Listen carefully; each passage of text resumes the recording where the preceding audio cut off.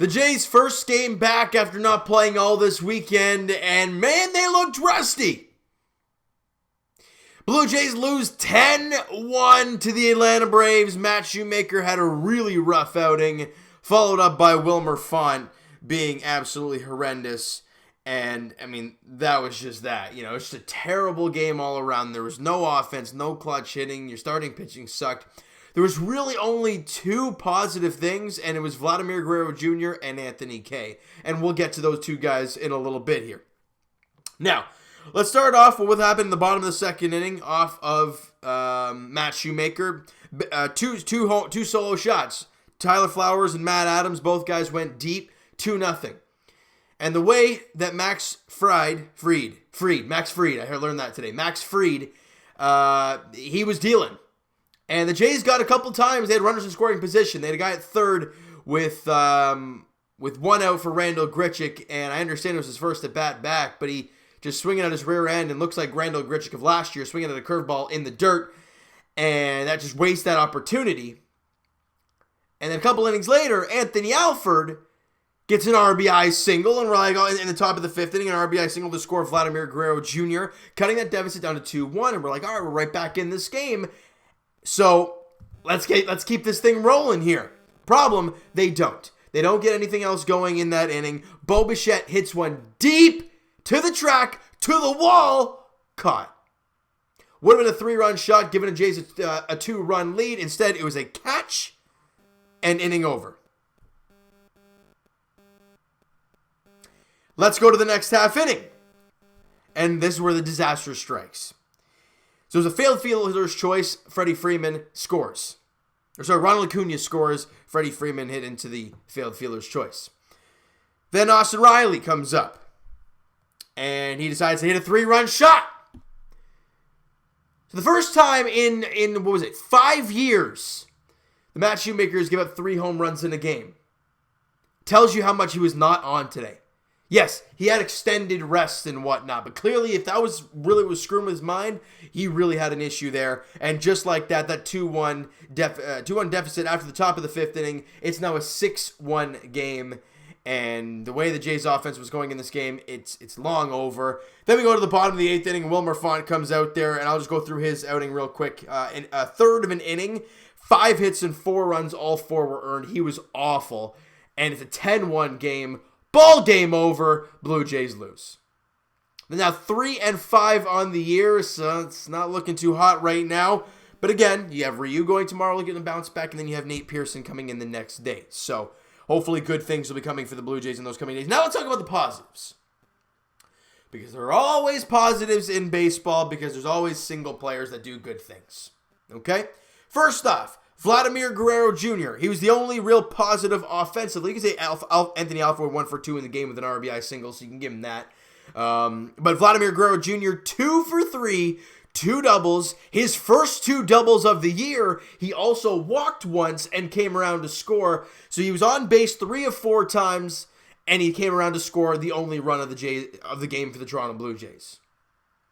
Very good game for Vladimir Guerrero Jr. Much, much needed. And if you love looking at stats, love looking at batting average and on base and whatnot, going into the game, he had an on base percentage of 200 and an average of 172. After the game today, on base is up to 265 with a batting average of 219 for Vladimir Guerrero Jr. So, again, still not great, but a 2 for 3 game with a walk, that's what you like to see from Vladdy. And we talked about it on the podcast that I do with Blue Jays Center on Instagram, Mo and Rob. By the way, if you've not checked out Blue Jays Banter on iTunes, go check that out. Great podcast that we do weekly. When baseball is going on, of course. And we talked about Vladimir Guerrero Jr. and then his strikeout numbers are high. The ground ball ratio is high. And it was still, all 3 of his hits today, obviously one he got out on, but they were all ground balls. So we're still looking for him to kind of elevate the ball a little bit. But that last one, the hit that he got was more of a line drive down the line. So that's kind of what you're looking for Vladdy. But the strikeout numbers were high. The walk numbers were low. And he was awful. Didn't strike out today. Got 2 hits. Walked once. That's more like Vladimir Guerrero Jr. I thought he was great today. He was seeing the ball extremely well, and I like what we saw there today from Vladdy. And I'm hoping it's something that we're going to see more consistently moving forward here. Now, I mentioned Anthony Kay earlier, and he, like I said, was the only real bright spot out of the bullpen today. You could say Shun Yamaguchi, because he got given in a 10-1 deficit, not an extra innings game. Shun Yamaguchi, he went 2 innings, walked a guy, didn't throw strikes in the pitch clearly, but he went 2/3, didn't give up a run or a hit. So there you go. Yamaguchi didn't do terrible in his 2/3 of an inning. It's kind of got to give the guy some confidence, but right now, he doesn't have much. Now, Anthony Kay was awesome. In his first outing against the Tampa Bay Rays, went 2 2/3, gave up a solo shot to G-Man Choi, and that was it. Scott, I think, was 3 hits over the 2 2/3, the one run, obviously, the solo home run. But today, he was even better. He went 2 innings, didn't allow a hit, walked 1 guy, but struck out 3, was mixing his pitches well, touched 96 on the gun. He looked real solid today, did Anthony Kay, and people love looking at ERAs and numbers. ERA drops to 1.93. Ideally, it's only in 4 2/3 innings, so you can't really go off of it too much, but he has looked really sharp here early on this season. Obviously, got the taste of the big leagues last year, and, you know, getting the taste of the big leagues last year, and then obviously having this really funky season this season, and going out there, wanting to start, but not starting and still going out there and pitching extremely well. That shows you the type of guy Anthony Kay is, and that's what we really love to see as Blue Jay fans. This video won't be very long, guys. I'm just going to let you know now because they sucked, and there's only 2 positive players to touch on when it comes to this game. So let's get to the next game, like I said, which is tomorrow, as the Blue Jays play at 7:10 yet again. It's going to be Hyun Jin Ryu on the mound for the Blue Jays and Sean Newcomb on the mound for the Braves. Ryu looking for a bounce-back outing, looking to find his location, and that is going to be the key for tomorrow's game, guys. It really is. If he can throw quality strikes, hit some corners, mix his pitches well, then he'll do fine. But when he's missing with a low fastball that he clearly says his fastball is a tick lower than it's used to being, and you're not throwing it in good spots, and your other pitches aren't working well, you're going to get crushed around. You saw that against the Nationals. The Braves know him well, obviously playing in the National League, so we're going to have to see how it plays out there tomorrow evening. But if Rio goes out there, gives us a good outing, we can all kind of breathe a sigh of relief a little bit when it comes to Hyun Jin Ryu. If he throws another bad outing, then we all start to get a little bit more nervous every single start when he has a tough one. But the first 2 were rough. That's the great thing about baseball, though. You can always get out there the next day and prove a lot of people wrong. He goes out there tomorrow and he dominates. It's going to shut up a lot of critics, and it's going to shut up a lot of bandwagon Blue Jay fans who just watch one bad start of the guy. He's like, who is this idiot? Right? So we all know, our hardcore Jay fans, they know Hyun Jin Ryu. They know what he can do. I know what they can do. You guys know what he can do. So hopefully he can do it, and he goes out there tomorrow and deals. That's what not only does he need that, but this team needs it. They've been struggling now. They've lost, They've lost 3 straight games. They haven't got much offense. Their pitching's been rough. They got to find a way to get out of this little schneid here, and it all starts tomorrow evening against the Braves. All right, so you know what, guys? That is going to do it for this one. If you enjoyed the video and did not enjoy the game today, smack that like button to appreciate that. I'm spitting all over the place and everything. And the subscribe button if you guys have not already. Comment down below your thoughts on the game, your thoughts on the video, your thoughts on Vladdy, your thoughts on Anthony Kay, your thoughts on Mad Shoemaker. Anything else you want to touch on, guys, let me know in the comments below. Twitter is down below for myself. Follow up, send me a DM, do all that great stuff. Also, the Instagram link is down in the description, so go check that out if you have not done so already.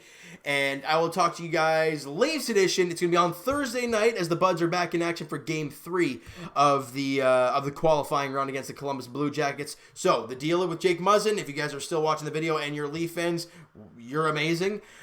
He was sent to hospital. He's there, which means he left the bubble, so it's at least 4 days there. So, guys, do the math. He won't be back until at least Game 5, because Thursday and Friday are the next 2 Leaf games, and you guys can do the math. You know, I'm terrible at math, but today is Tuesday, so Wednesday, Thursday, Friday, Saturday. They don't play till Sunday, Game 5. So, he can be back at least Game 5, but seeing what happened today, I don't expect him back for the qualifying round at all. If he is, it's a miracle, but I'm hoping he doesn't come back too early, and I'm it would be a disaster waiting to happen if that's the case. So I don't expect to see Jake Muzzin back this year, and at the very most this series. So giving you guys the lowdown on that. All right, so the Leafs will play on Thursday against the Blue Jackets, 8 p.m. puck drop there in Game 3 of that qualifying round series. As for the Raptors, they play at 8 o'clock tomorrow night against the Orlando Magic, looking for win number 3 in a row in these seeding games. And it seems like a lot of the NBA are turning heads on the Raptors, seeing them beat the Miami Heat, seeing them crush the Los Angeles Lakers the way they did. People are looking at us a little bit. But you know what? I don't care if they are or not, because we're used to them not looking at us. So how about they stay away and let us win a second chip? Because we see that coming. As for the Blue Jays, as we talked about, their next contest is tomorrow, Game 2 of the 3-game set against the Atlanta Braves. Sean Newcomb on the mound for the Braves. Hyun Jin Ryu on the mound for the Blue Jays. 7:10 first pitch there in Atlanta. Thank you guys so much for listening and watching. Hope you guys enjoyed the video. Talk to you guys then.